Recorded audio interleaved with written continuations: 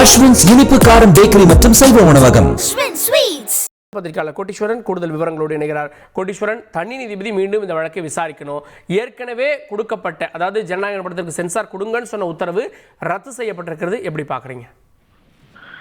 இது ஒரு எதிர்பாராத ஒரு திருப்பங்க. சட்டத்துல இதுக்கு இடம் இருக்குன்னா இடம் இருக்கு. இன்னொன்னு இது ஒரு சிஜே பெஞ்ச், அதாவது சீஃப் ஜஸ்டிஸோட பெஞ்ச். அப்படி இருக்கும்போது ஒரு சொல்யூஷன் வந்துடும் இன்னைக்கு அப்படின்னு எதிர்பார்த்தாங்க. பட் இப்போ மேட்டர் என்ன ப்ராப்ளம்னா, போர்டுல இருக்கவங்க ஒரு கருத்து சொல்றாங்க. சென்சார் போர்டு இந்த விஷயங்கள் பிரச்சனை அப்படின்னு சொல்லியிருந்தா அது கதை வேற. பட் அவங்க என்ன சொல்றாங்கன்னா, போர்டுக்கு கம்ப்ளைண்ட் வந்திருக்கு அப்படின்னும் போது அப்ப பெஞ்ச் என்ன நினைக்குதுன்னா, சரி இதை இன்னொரு வாட்டி விசாரிச்சு அதுக்குண்டான தீர்ப்பு கொடுங்க, ஒரு தீர்வு கொடுங்கன்னு சொல்லியிருக்காங்க. சட்டத்துல இதுக்கு இடம் இருக்கு, சட்டப்படி நடக்குதுன்ற மாதிரி நம்ம புரிஞ்சுக்கலாம். இதற்கு அரசியல் காரணங்கள், அரசியல் அழுத்தங்கள்லாம் பேசப்படலாம், சொல்லப்படலாம்.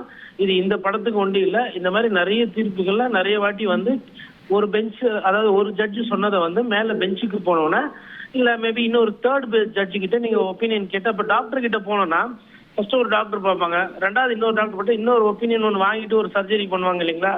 அதே மாதிரி வேலை கோர்ட்லயே நடக்கும். சட்டத்துல இது மாதிரி நிறைய விஷயத்துல நிறைய விவகாரங்களும் நடந்திருக்கு. அப்படி ஒரு நிகழ்வு இப்போ நடந்திருக்கிறது. இப்போ இந்த வழக்கை மீண்டும் விசாரிங்க அப்படின்றப்போ, ஏற்கனவே ஒரு தனி நீதிபதியுடைய உத்தரவு ரத்து செய்யப்படுகிறது. மீண்டும் விசாரிங்க அப்படின்னா அதற்கு மேலே இருக்கக்கூடிய ஒரு அமர்வு சொல்லுது. ஸோ இதில் ஒரு மீண்டும் ஒரு தனி நீதிபதி விசாரிக்கிறார்னா அவர் எந்த அடிப்படையில் விசாரிப்பார் அப்படின்ற கேள்வி இருக்குல்ல. ஏற்கனவே ஒரு தனி நீதிபதி உத்தரவு ரத்து செய்யப்பட்டு திரும்ப விசாரிங்கன்றாங்க. அதாவது ரொம்ப சுருக்கமா அதை புரிஞ்சுக்கணும்னா, இப்போ இந்த மூன்றாவது முறை நீதிபதி விசாரிக்கணும்னு சொல்றாங்க இல்லைங்களா, தனி நீதிபதி. இந்த விசாரணை என்பது கொஞ்சம் வேகமாக நடக்கும். ஏன் அது வேகமா நடக்கும்னா, போதிய தரவுகள் ஆல்ரெடி இருக்கும். இதுல சிக்கல் என்னன்னா, ப்ரொடியூசர் அவரோட பிரேயரை திருப்பி ரிவைஸ் பண்ணணும்னு கேட்கிறாரு. அவங்க என்ன சொல்றாங்கன்னா, நீங்க ரிட் அப்பீல்ல வரும்போது, பெட்டிஷன்ல வரும்போது அப்ப மாத்தக்கூடாது, உங்களோட ஃபர்ஸ்ட் கோரிக்கை என்னவோ அதை தான் நீங்க கடைபிடிக்கணும்ன்ற மாதிரி அது ஒரு சிக்கல் இருக்குங்க. சென்சார் போர்டை பொறுத்தவரை என்னன்னா, நாங்க ஆல்ரெடி அனுமதி கொடுத்துட்டோம், ஆனா கம்ப்ளைண்ட் ஒண்ணு வந்துச்சு. அந்த கம்ப்ளைண்ட் மெம்பர்ஸ் மெம்பரே கம்ப்ளைண்ட் பண்ணதுனால போர்டுல சேர்மனா இருக்கவர் ஒரு சில முடிவு எடுக்கணும். சேர்மனோட வாதத்தை கேட்காமலே தனி நீதிபதி தீர்ப்பு கொடுத்துட்டாங்க. இவங்க சைட்ல ஒரு தரப்பு. அப்ப டெக்னிக்கலா பாத்தீங்கன்னா ப்ரொடியூசர் சைடுல ஒரு கரெக்ஷன்ஸ் பண்ணணும்னு கேக்குறாங்க. சென்சார் போர்டு தரப்புல எங்களுக்கும் எங்க தரப்புல சேர்மனோட கருத்தை கேட்கணும் அப்படின்றாங்க.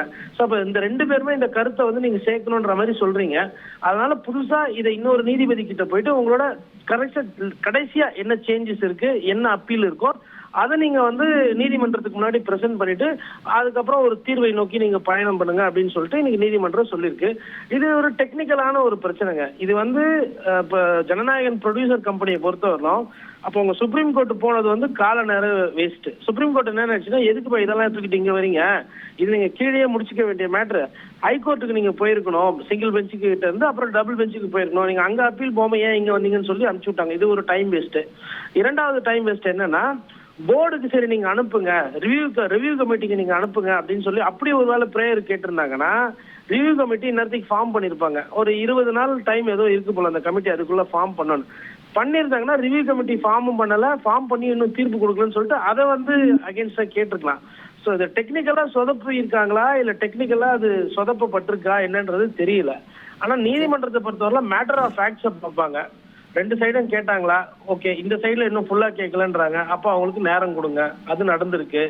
கீழே இருக்கிற கோர்ட்டுக்கு மேல கோர்ட்டு போய் தான் நீங்க தீர்வு வாங்கணும். அதுக்கு மேல இருக்க கோர்ட்டுக்கு போனா அவங்களுக்கு கீழே இருக்க கோர்ட்டுக்கு அனுப்பிச்சு விட்டுருவாங்க. இந்த மாதிரி டெக்னிக்காலிட்டிஸ்ல நிறைய விஷயங்கள் தப்பு பண்ணிருக்கிறாங்க.